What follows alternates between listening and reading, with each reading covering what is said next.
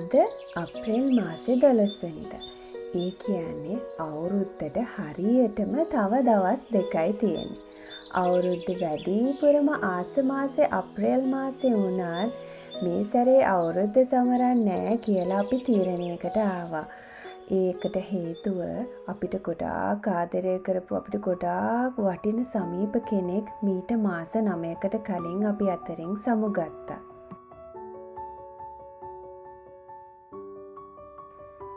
හදිසියෙම මගේ දුව කියාරා ඇවිත් ඇහුවා අම්මී මේ සැරේ අවුරුද්දට අපි මොකද කරන්නේ කොකිස් හදනවද කියලා.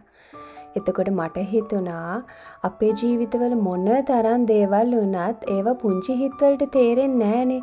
ඒ නිසා යාළ වෙනුවෙන් අවුරුද්දට මොනා හරි කරන්න ඕන කියලා. පොඩ්ඩ 3 දිනක් එක අවුරුද්ද දවස් 2කින් ප්ලෑන් කරනවා කියන්නේ ලේසි වැඩක් නෙවෙයි. ඒත් උත්සාහ කරලා බලන්න ඕන කියලා හිතුණා. මුලින්ම අපි ගියේ එයාලට ඕන අවුරුද්දට රෙදි ගන්න. මොකද ඔන්ලයින් ඕඩර් එකක් දාන තරම් අපිට වෙලාවක් නැති නිසා. අවුරුද්දේ පාට කොපර් කලර් කියලා තිබුණු නිසා ඒ පාට හොයද්දී ඔන්න හස්බන්ඩ්ට හරියටම ඒ පාට හම්බුණා. ඊට පස්සේ අපි ඒකත් අරගෙන ඉක්මනට ගෙදර යන්න පිටත් වුණා. මොකද අපිට වැඩ ගොඩාක් තියෙන නිසා.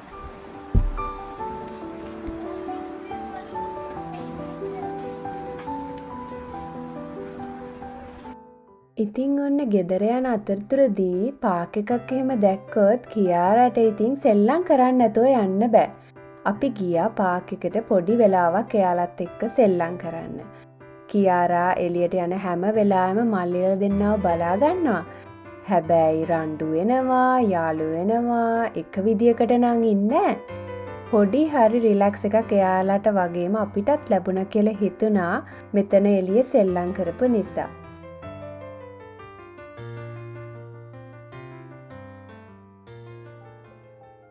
පොඩ්ඩ 3 දෙනා නිදාගත්තට පස්සේ තමයි පොඩි හරි වෙලාවක් තියෙන්නේ මොනා හරි වැඩක් කරන්න. ඉතින් මේ වෙලාවේ මම හිතුවා පොඩ්ඩ 3 දෙනාගේ ඇඳුම් 3 අද රෑම කරලා ඉවර කරනවා කියලා. හස්බන්ඩ් තමයි ඉතින් හැමදේටම ගොඩාක් උදව් කරන්නේ. එයා මං හිතපු ඩිසයින් එක ඇඳලා ඒක ලස්සනට පේන්ට් කරලා දුන්නා. ඒ අතරතුරේ මම එයාලගේ ඇඳුම් ඇහුවා. මට මේක බලද්දිත් හරිම සතුටුයි. මොකද මගේ අම්මා හරි ලස්සනට මහන්න පුළුවන්. මං දැනන් හිටියේ නෑ මට මේ තරමින් හරි මේක කරගන්න පුළුවන් වෙයි කියලා. මොකද මට මැෂින් එකකුත් නෑ. මොකද මම එහෙම මහලා පුරුදු කෙනෙක් නෙවෙයි. ඒත් ඉතින් මට සතුටුයි ඒක හොඳට තිබුණු නිසා.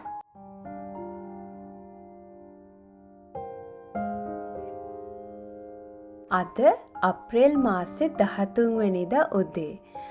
මම හිතුවා උදේම කොකිස් හදන්න ඕන කියලා. මොකද කියාර හරි ආසාවෙන්ම ඉල්ලන දෙයක් තමයි කොකිස් කියන්නේ. මට මේ කොකිස් හදද්දිත් මතක් වෙන්නේ මම පුංචි කාලේ අම්මා මට කොකිස් හදලා දෙද්දී මම බලාගෙන හිටපු විදිය. ඒක හරිම ලස්සන අත්දැකීමක්. ඉතින් මටත් හැම වෙලාවෙම ඕන කරේ ඒ අත්දැකීම් එයාලටත් දෙන්න.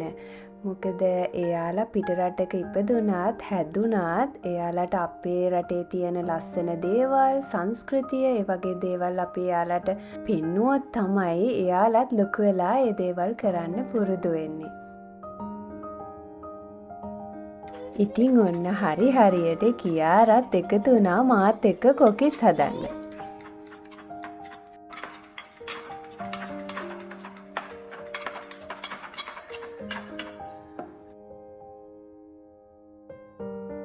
කියාර පළවෙනි වතාවට කොකිස් එකක් හදන්නයි යන්නේ. එයා පොඩ්ඩක් බයින් ඉන්නේ හැබැයි ගොඩක් සතුටෙන් ඉන්නේ. මේක තමයි එයාගේ පළවෙනි අත්දැකීම කොකිස් එකක් හදන. මේ වෙලාවේ මල්ලිලා දෙන්න උදේට කෑම කාලා හොඳටම නිදි. ඒ නිසා කිසිම සද්දයක් කරදරයක් නැතුව වැඩේ හරියට කරගන්න පුළුවන්. බයෙන් පටන් ගත්තට එයා හරි ආසාවෙන් වැඩේ කරා.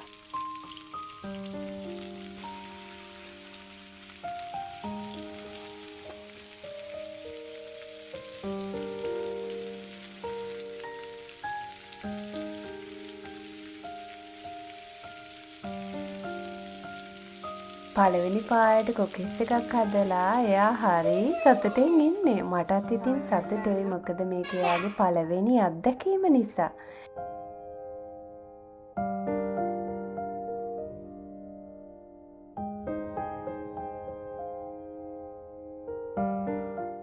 කොකිස් හදලා ඉවර වෙලා මම හිතුවා ඊළඟට චිකන් එක හදන්න ඕන කියලා.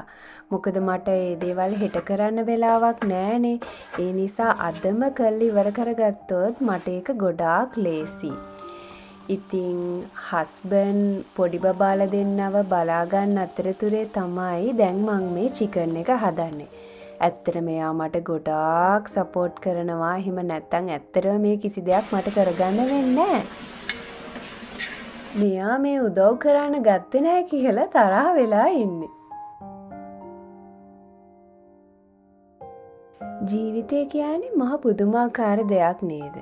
අපි හිතන්නේවත් නැති වෙලාවට හිතන්න නැති දේවල් වෙනවා. මටත් තියෙනවා ඒ වගේ අත්දැකීමක්. මගේ හස්බන්ඩ්ගේ අම්මා රූපෙන් වගේම ගතිගුණ වලිනුත් හරීම ලස්සන කෙනෙක්. එයා මට මගේ අම්මා වගේ හරීම ආදරේ. අපිත් එක්ක ඉඳලා ලංකාවට ගිහින් හරිම කෙටි කාලෙකදී හදිසියෙම අසනීප වෙලා අපි අතරින් සමුගත්තා. ඒක අපේ ජීවිතවලට මහ පුදුමාකාර විදියට බලපෑවා. අපේ දුවටත් එහෙමයි. එයා ගොඩාක් ෂොක් වෙලා හිටියේ. ඉතින් මම හිතන්නේ අපි ජීවත් වෙන හැම මොහොතකම අපි සතුටෙන් ඉන්න ඕන. ඒ මොහොත ඇතුලේ ජීවත් වෙන්න ඕන. හැමෝටම පුළුවන් විදියට උදව් කරන්න ඕන. මොකද අපි හැමදාම ජීවත් වෙන්නේ නෑනේ. චිකන් එක හදලා ඉවර වෙලා මම හිතුවා කේක් එකත් හදලා ඉවර කරන්න. මේ සැරේ මම කේක් එකයි කොකිසුයි විතරයි හැදුවේ. ඉතුරු කැවිලි ಜಾති සේරම ලංකාවේ කඩේකින් ගත්තේ. කලින් දීපු කේක් කෑල්ලක රස දැනිලා පොඩ්ඩු දෙන්න අවන් එක ගාවින් හෙලවෙන්නේවත් නෑ. මේ අලුත් අවුරුද්ද දවසේ උදේ. මේ අවුරුද්දේ නම් අපි කිරි ඉතිරෙව්වේ නැහැ. කිරිපත් හදලා කැවිලි මේසේ ලෑස්ති කරා විතරයි පොඩි අයගේ සතුට වෙනුවෙන්. ඉතින් ඔයාලා හැමෝටම නිදුක් නිරෝගී සුබ නව වසරක් වේවා කියලා ප්‍රාර්ථනා කරනවා.